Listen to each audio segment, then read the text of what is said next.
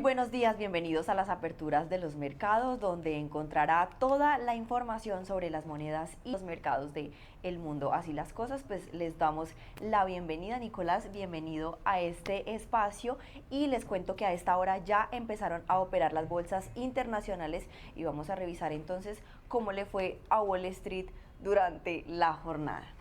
Así las cosas, el primer índice que lo compone, es decir, el Dow Jones, tiene una caída del 0,49%, es decir, que ha retrocedido más de 200 puntos en lo que va de la jornada, recordando que en la jornada pasada los tres índices habían finalizado en comportamiento positivo. El Standard & Poor's 500 también vemos que finalizó o está abriendo la jornada con una caída del 0,81%, es decir que ha disminuido apenas 57 puntos. Y por su parte el Nasdaq, que es el último de los índices que compone la bolsa de Nueva York, pues vemos que también abrió de manera negativa, descendiendo más del 1%, 1,22% específicamente, es decir, más de 200 puntos. Les cuento que las acciones de Wall Street retrocedieron este jueves, presionados por el repunte del petróleo y la escalada en el tono entre Estados Unidos e Irán. El crudo volvió a subir, generando presión sobre los activos de riesgo. El Brent avanzó 3,8% hasta los $106 por barril y el WTI subió 3,5% a los $93 por barril en un contexto de mayor incertidumbre política. Las declaraciones del presidente Donald Trump, quien exigió a Irán tomarse en serio las negociaciones, aumentaron la tensión y redujeron el apetito por riesgo en los mercados. Aunque los mercados vienen de una sesión positiva y apuntan a una semana alcista, la incertidumbre sobre las negociaciones y el conflicto en Medio Oriente sigue dominando el sentimiento. Analistas advierten que la volatilidad podría intensificarse si no hay claridad en los diálogos, especialmente en medio de plazos políticos y mensajes contradictorios entre ambas partes. Recordemos que en la sesión anterior había estado como esos mensajes contradictorios entre Estados Unidos e Irán. Teherán decía que no se había confirmado el fin de la guerra, mientras que Estados Unidos sí lo afirmaba. Y pues mientras entran en operación las bolsas de la región, vamos a comenzar entonces, Nicolás, con esa acción o más bien con el campanazo en la apertura de hoy. No, en este caso vamos con el dólar ya en territorio colombiano para ir hablando de este mercado cambiario y de una vez que está pasando un dólar que como bien lo contábamos se ha mantenido por debajo de los 3.700 pesos, es como el movimiento que viene haciendo de manera lateral en las últimas sesiones. Ayer hablábamos en un rango entre 3.650, 3.670 pesos y los 3.725 que ha sido como ese punto mayor. En este caso abrió el mercado cambiario en este jueves sobre las 8 de la mañana, muy puntual como siempre lo advertimos, un mercado que opera entre las 8 de la mañana y la 1 de la tarde con un valor inicial de 3.691 pesos. Esto quiere decir que empezó operando alrededor de 8 pesos arriba del cierre en el spot de la jornada del miércoles, que recordemos fue de 3.681 pesos con 32 centavos.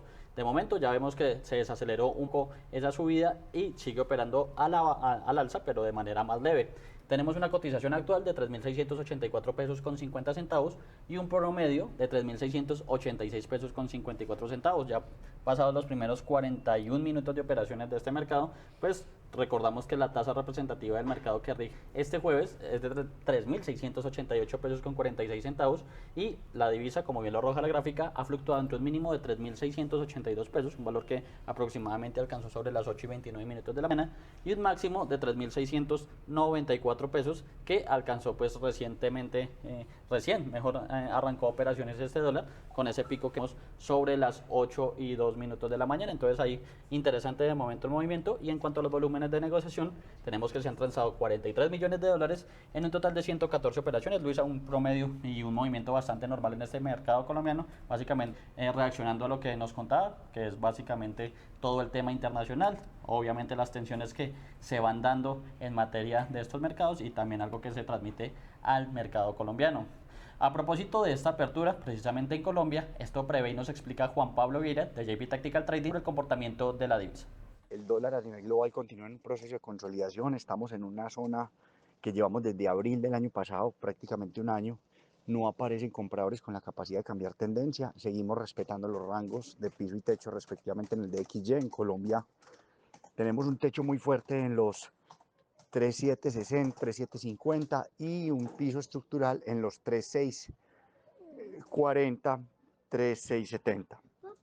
Niveles de compra y de techo y piso respectivamente, donde estaremos evaluando entrada y monitoreando flujos que tengan la capacidad para cambiar tendencia. Por el momento, seguir operando solo dentro del rango, operaciones de corto plazo, todavía no coberturas, porque estamos en una zona que no ha logrado romper niveles clave. Bueno, y ahora revisaremos el dólar, pero en el plano internacional, recordemos medido a través del DXY, indicador que mide la fortaleza de la moneda estadounidense frente a una canasta de principales pares que incluye, por ejemplo, el euro, la libra esterlina, el franco suizo, el yen japonés, el dólar australiano, por nombrar los más relevantes dentro del mismo. En este caso tenemos un DXY operando al alza en el plano internacional, que es un poco también de lo que está sucediendo en territorio colombiano, solo que pues ya a nivel local recortó algo de esas ganancias iniciales, y en el plano internacional, como lo estamos viendo, este DXY avanza 0,13% también de manera leve y se ubica parcialmente en 99,72 puntos. Sigue entonces alzando niveles no vistos desde la semana anterior, que básicamente ha sido el movimiento que se ha presentado, alcanzando niveles por encima de 100, que ha sido también el nivel máximo en lo que respecta al 2026 y también máximos incluso muy cercanos a marzo del 2025. Sin embargo, no logró sostener esos niveles de 100 puntos, como lo hemos venido advirtiendo, precisamente teniendo en cuenta todo el tema de la volatilidad y pues que hay momentos en los que estas tensiones se calman, por ejemplo con intervenciones ayer del presidente de los Estados Unidos, Donald Trump, buscar ese acuerdo de 15 puntos para buscar por lo menos una pausa del conflicto, una paz en Irán, y después el rechazo que volvió a aumentar estas incertidumbres, Luisa, en territorio del Medio Oriente. Claro que sí, Nicolás. Y en otras noticias, un jurado de Los Ángeles determinó que Meta y YouTube son responsables de haber perjudicado a una joven mediante el diseño adictivo de sus plataformas de redes sociales y ordenó a las empresas pagar $3 millones por daños. Veredicto histórico en Estados Unidos contra los responsables de plataformas de redes sociales. Un jurado de Los Ángeles determinó el miércoles que Meta y YouTube son responsables de haber perjudicado a una joven mediante el diseño adictivo de sus plataformas de redes sociales y ordenó a las empresas pagar $3 millones daños. El jurado también determinó que ambas empresas sabían o deberían haber sabido que sus servicios representaban un peligro para los menores, por lo que actuaron con malicia, que no advirtieron adecuadamente a los usuarios de ese peligro y que un operador razonable de una plataforma sí lo habría hecho. Con esto hemos enviado un mensaje. Se les hará responsables por las funciones, independientemente de que a los niños se les envíen imágenes pornográficas, independientemente de que sean objeto de explotación sexual, independientemente de ese tipo de problemas, solo por las funciones en sí que impulsan la adicción. Estas empresas pueden ser responsabilizadas. Ese es un mensaje enorme para estas empresas. Un grupo de padres reunidos fuera del tribunal se emocionó el miércoles al escuchar el veredicto. Hace años que decimos esto y el público no se da cuenta que esto nos va a ayudar en nuestros esfuerzos por educar en nuestras comunidades e impulsar el cambio que necesitamos en estas plataformas. La demandante, presentada como Kaylee en el juicio, es la figura central de un caso modelo que podría determinar si las empresas de redes sociales pueden ser consideradas legalmente responsables de perjudicar la salud mental de los menores. Kaylee comenzó a usar YouTube a los 6 años y se unió a Instagram a los 9, burlando un bloqueo que había implementado su madre. Declaró ante el jurado que su uso casi constante de las redes sociales realmente afectó su autoestima y afirmó que las aplicaciones la llevaron a abandonar aficiones, tener dificultades para hacer amigos y compararse constantemente con los demás. En los alegatos finales, su abogado sostuvo que funciones como el desplazamiento infinito o scrolling, la reproducción automática de videos, las notificaciones y los contadores de me gusta fueron diseñados para fomentar un uso compulsivo entre los jóvenes. Meta y YouTube sostuvieron en todo momento que los problemas de salud mental de Kaylee no tenían nada que ver con sus plataformas y anunciaron que apelarán. Respetuosamente no estamos de acuerdo con el veredicto y apelaremos. La salud mental es profundamente compleja y no puede vincularse a una sola aplicación. Seguiremos defendiéndonos enérgicamente, ya que cada caso es diferente, y mantenemos la confianza en nuestro historial de protección de los adolescentes en línea. La decisión judicial abre la puerta a posibles indemnizaciones mucho mayores. Bueno, Nicolás y televidentes, a esta hora ya comenzaron operaciones las bolsas de Colombia, Lima y Santiago de Chile, que hacen parte del NUAM Exchange. Así las cosas, pues vamos a iniciar entonces con la Bolsa de Valores de Colombia, que hoy podemos observar que tiene un comportamiento mixto. El MSCI Colca retrocede 0,18% en 2.269 en la apertura de esta jornada, y el Colir avanza 0,01% en 1.460. Respecto a las acciones, el primer título en avanzar es Celsia con una variación positiva del 5,18%, Ecopetrol aumenta 1,09%, mientras que Grupo Sura y Grupo Energía Bogotá tienen una leve variación inferior al 1%, 0,50% y 0,33% respectivamente. Por su parte, acciones como por ejemplo la preferencial de Cibest, también la que acompaña la lista es la acción de Cibest Ordinaria y Cementos Argos, son tres de las acciones que tienen menor comportamiento. En este caso la preferencial de Cibest retrocede 1,71% y Cibest de la acción ordinaria baja levemente 0,26% y Cementos Argos 0,17%, recordando que en la sesión anterior ambos índices en la Bolsa de Valores de Colombia habían finalizado la jornada en positivo. Vamos a revisar entonces cómo está comportándose a esta altura de la jornada la Bolsa de Comercio de Santiago, el IPSA, que contrario al comportamiento de la sesión anterior, donde había tenido una variación superior al 2%, alcanzando los 10.400 puntos, hoy vemos que inicia la jornada con caídas del 0,45% en 10.363 puntos en medio de ese contexto global, recordando que el IPSA se rige mucho por el comportamiento internacional. Ayer recordemos que a los tres índices en la Bolsa de Nueva York finalizaron la jornada en positivo. Esto también se tradujo en la Bolsa de Santiago de Chile, que finalizó con subidas superiores al 2%. Hoy vemos que en la sesión los tres índices amanecieron con comportamiento negativo. El IPSA pues también se comporta en línea con ese resultado internacional. Vamos a revisar entonces las acciones que en este momento podemos observar que presentan comportamiento negativo, siendo la Sociedad Química Minera la de menor desempeño, recordando que en la sesión anterior, aunque fue la primera en avanzar, lo hizo en más del 7%, hoy vemos que también la primera que lidera esas caídas con un retroceso del 2,27% en la apertura de esta jornada. Le sigue la TAM con una baja del 1,09% y la compañía sudamericana de vapores, que también retrocede 1,05%. Veamos las acciones que suben, y a esta altura de la jornada en Aguas Andinas abre la jornada con una variación positiva del 2,31%, seguido de Viña y Concha y Toro, que también aumenta 1,75%. Colbún tiene una ganancia del 1,10% y Empresas CMPC también acompaña la lista con un avance del 1%. Copec, Mallplaza y Quiñenco también aumentan, pero no más del 1%, lo hacen de manera leve.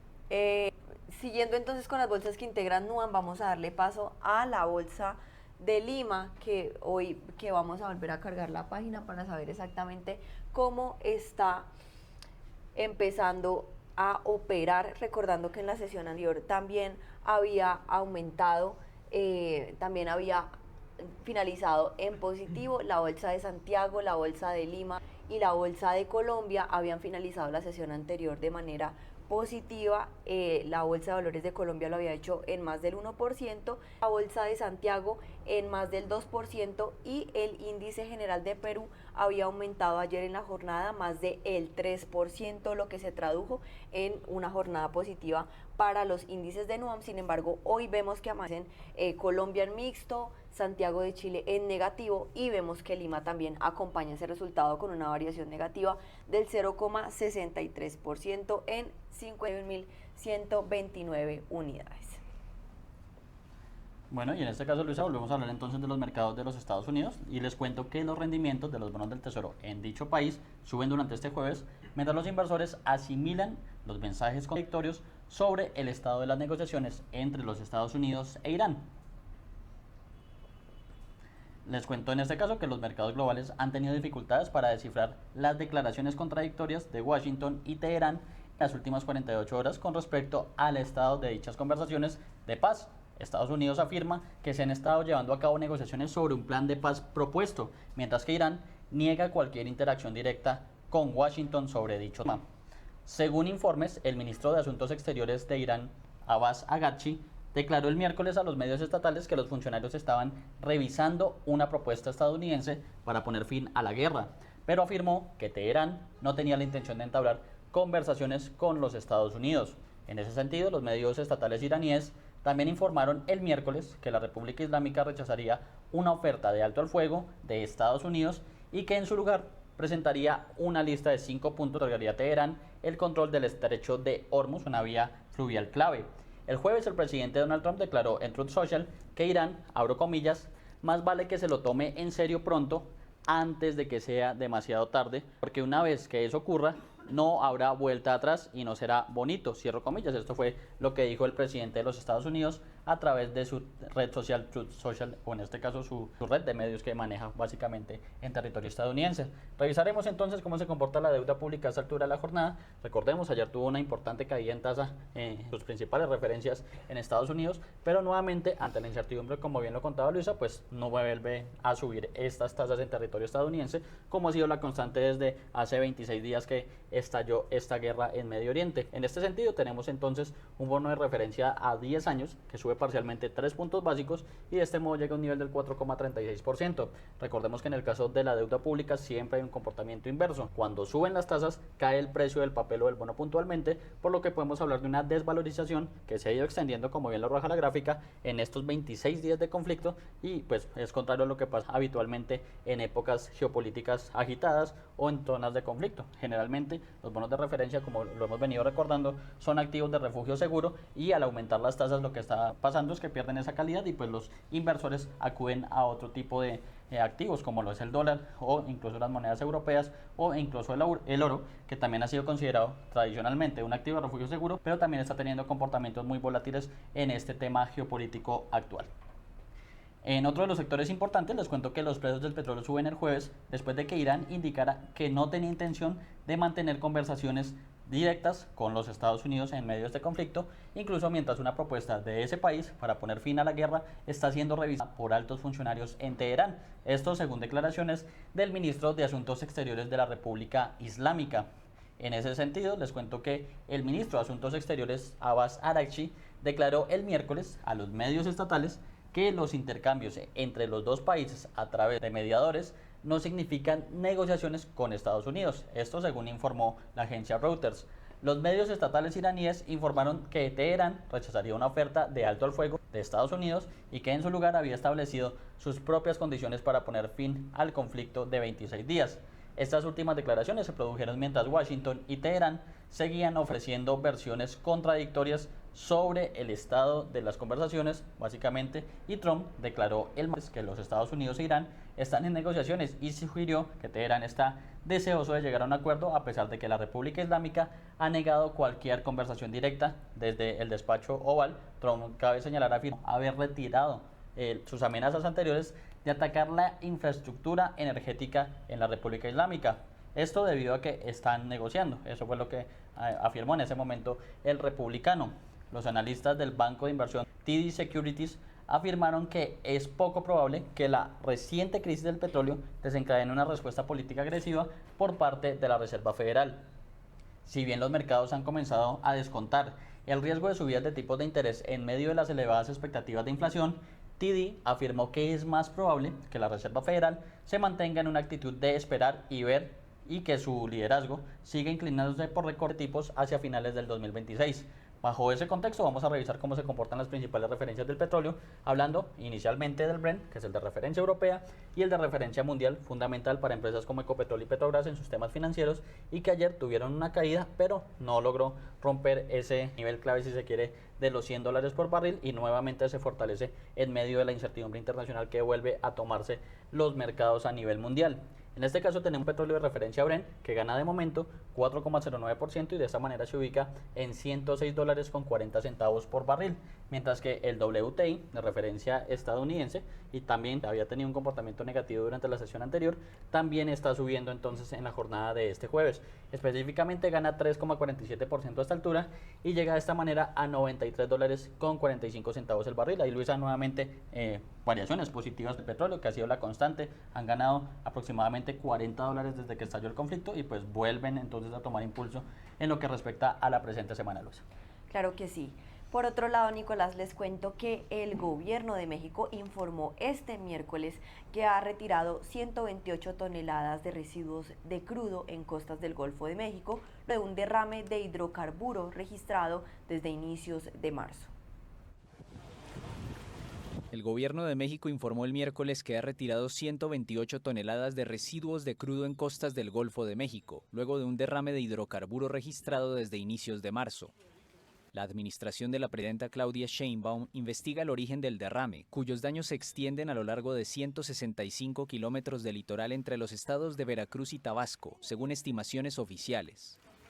Organizaciones ambientalistas agrupadas en la red corredora arrecifal del Golfo de México calificaron la fuga como un desastre ambiental. La red difundió un reporte que fijó en 630 kilómetros la extensión del daño y publicó un mapa en el que identificó sitios con presencia de crudo, aunque el gobierno mexicano calificó de claramente falsa la imagen difundida. El derrame ha afectado a pescadores de la región. A nosotros nos ha afectado porque por decir nosotros somos rederos, como estaba yo comentando. Para que no se nos afecten nuestras redes y se nos llenen de petróleo, dejamos de tirar las redes, vaya. Mejor las tenemos aquí para que no se nos vayan a echar a perder. Porque si se llenan de petróleo, ¿a quién se las cobramos? No, ahorita no hay culpables, supuestamente, vaya. ¿O quién te va a ayudar? Ten para que te compre otras redes, vaya. El martes, la Marina reportó la recolección de 30 toneladas de carburante, pero el grupo interinstitucional creado por Sheinbaum para atender el derrame actualizó la cifra de residuos impregnados de crudo retirados.